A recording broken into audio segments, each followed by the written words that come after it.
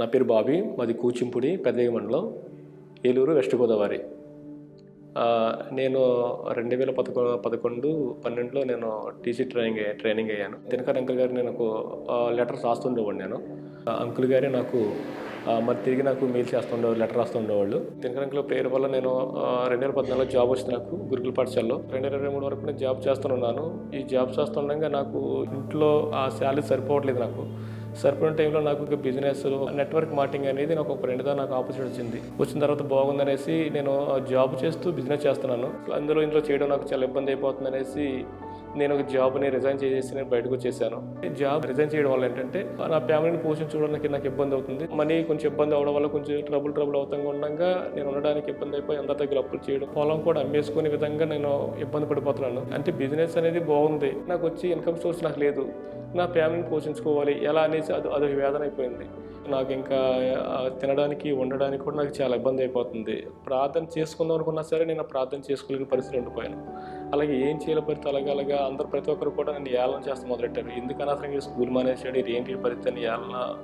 ఇంట్లో సమాధానం, మా అమ్మ నాన్నలు కూడా చాలా బాధపడతారు. ఏంటి పరిస్థితి అలా అయిపోయింది, కానీ తినడానికి కూడా తిండి లేకుండా అయిపోతుంది పరిస్థితి ఏంటనేసి ఆ టైంలో ఊర్లో ఉండలేకపోతున్నాను. ఇంకా వాళ్ళ మాటలకి నేను ఉండలేక నేను మాది ఒక గ్రామం కూచిపూడి, ఆ గ్రామం నుంచి నేను ఏలూరు వచ్చేసాను నా ఫ్యామిలీ తీసుకొని. నా భార్య కూడా టీచరే, చిన్న బాబు అయినా సరే నా భార్య నన్ను అర్థం చేసుకుంది. మళ్ళీ పరిస్థితులు చెప్తే నా భార్య ఏమైపోతాడో, నా చిన్న బాబు ఏమైపోతాడో, వాళ్ళు నా మీద ఆధారపడి ఉన్నారు కదా నా టైంలో. ఇంకా ఇంట్లో మా మిస్సెస్ వంట చేసుకుంటుంది వంటగదిలో, నేను లోపలికి వెళ్ళిపోయి రాక పరిస్థితి తినడానికి కనీసం నాకు మా మిస్సెస్కి కానీ నా కొడుకు కానీ వాడు ఏం అడిగినా సరే వాడికి ఫీజు కట్టడానికి కూడా నా దగ్గర ₹1 లేదు. ఆ టైంలో తండ్రి నా పరిస్థితి అయిపోయింది. ఒక్కసారి నాతో మాట్లాడండి, తండ్రి నేను 2019 నుంచి మిమ్మల్ని అడుగుతున్నాను, ఒక్కసారి మాట్లాడండి. కోయంబత్తూరు వెళ్తున్నాను, బెతస్దాకి వెళ్తున్నాను, ప్రేయర్ వస్తున్నాను. ఈ ఒక్కసారి నా జీవితం లేదు తండ్రి, మీరు ఆకాశ పక్షులను పెంచుతున్నారు కదా, నన్ను పెంచండి తండ్రి, నాకు సహాయం చేయండి అయ్యా, నీ మార్గంలో నడుస్తానా, ఇంక నేను వదలనయ్యా.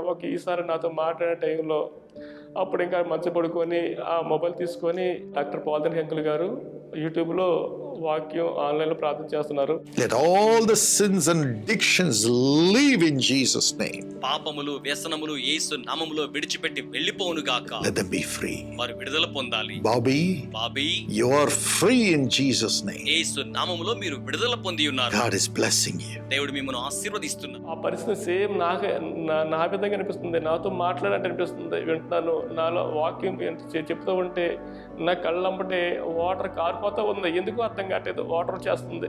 వాటర్ ఇక అప్పుడు దినకరంకలు అయితే ఏమన్నారంటే పాపాలు, వ్యసనాలు, పాపంతో ఎవరైతే ఉన్నారో ఇప్పుడే విడిపించబోతున్నారు యేసునామములో అనేసి, బాబీ నేను ఇప్పుడు విడిపించబోతాను అన్నసరికి నాలో ఉన్న వేదన తక్కువేమేది ఒకేసారి మొత్తం కూడా ఫ్రీ అయిపోయింది. అక్టోబర్ 19, 2024 డాక్టర్ పాల్దన్ అంకుల్ గారు నా పేరు పెట్టి పిలిచారు. ఆ రోజు నుంచి నా బిజినెస్ చాలా బాగుంది. చాలా అన్ని విధాలుగా నా టీం కూడా చాలా బాగుంది. నెట్వర్క్ మార్కెటింగ్ అంటే చాలా బాగుంది. నా టీంను కూడా ముందుకు తీసుకెళ్లే విధంగా కూడా నేను చాలా సక్సెస్ అయ్యాను. నాకు ఇన్కమ్ పరంగా కూడా చాలా బాగుంది. చాలా హ్యాపీగా ఉన్నాను. నా ఫ్యామిలీని సంతోషంగా చూసుకోగలుగుతున్నాను. అలాగే నా గురించి ప్రే చేసిన డాక్టర్ పాల్దన్ అంకుల్ గారికి, అలాగే వాళ్ళ ఫ్యామిలీ ప్రతి ఒక్కరికి, జేఎస్ కల్స్ టీం తరఫున అందరూ కూడా నా నుండి వందనాలు. We as a family are coming to pray for you in Kakinada. మేము కుటుంబ సమేతముగా మీ నిమిత్తమై కాకినాడలో ప్రార్థన చేయుటకై విచ్చేయుచున్నాము. It's so many years since we came there. మేము అక్కడికి వచ్చి చాలా సంవత్సరాల కాలం అవుతోంది. On the 9th and the 10th and 11th May, every evening at 6:30 p.m. we'll be there to pray for you. మే నెల 9వ తేదీ నుండి 10వ తేదీ, 11వ తేదీ ప్రతి సాయంత్రం ప్రార్థన చేయడానికి అక్కడ ఉంటున్నాం. Lord Jesus is a miracle worker. ప్రభు అయిన యేసు అద్భుత కార్యములను జరిగించువాడు. Turns our sorrow into joy. ఆయన మన దుఃఖాన్ని ఆనందముగా మార్చివేస్తాడు. Jesus says, even though everything is dead in your life, if you believe in me, you will live. అందుచేతనే యేసయ్య అంటూ ఉన్నారు కదా, నీ జీవితంలో సమస్తము కూడా మృతమైపోయినట్టుగా కనబడుతూ ఉన్నప్పటికీ నా యందు విశ్వాసం ఉంచినట్లయితే వాడు బ్రతుకును అన్నాడు. Ramesh, God touched you right now. దేవుడు ఇప్పుడే మిమ్మల్ని తాకి ఉన్నారు. రమేష్ అండి. Demonic spirits which are hovering over your life, మీ జీవితం మీద అల్లాడుచూ ఉన్న దురాత్మలు are being removed by the power of the Holy Spirit. పరిశుద్ధాత్మ శక్తి ద్వారా తొలగించబడుతున్నాయి. దురాత్మతో శక్తితో నేను బాధపడుతున్నాను. గ్యాస్తో పేనుండి అన్నం తినేటప్పుడు వాంతింగ్ అయిపోయేదండి. రమేష్, నువ్వు దురాత్మతో శక్తితో బాధపడుతున్నావు, నీకు స్వస్థత జరిగితే నాలోని 7 దయ్యాలు నేను అరిచేసాను. యేసు పిలుచుచున్నాడు కాకినాడ సమాధాన ప్రార్థన పండుగలు. ఆంధ్రప్రదేశ్ రాష్ట్రంలోని కాకినాడ మహానగరములో మే నెల 9వ తేదీ నుండి 11వ తేదీ వరకు ప్రతిరోజు సాయంత్రం 6:30 గంటలకు యేసు పిలుచుచున్నాడు కాకినాడ సమాధాన ప్రార్థన పండుగలు.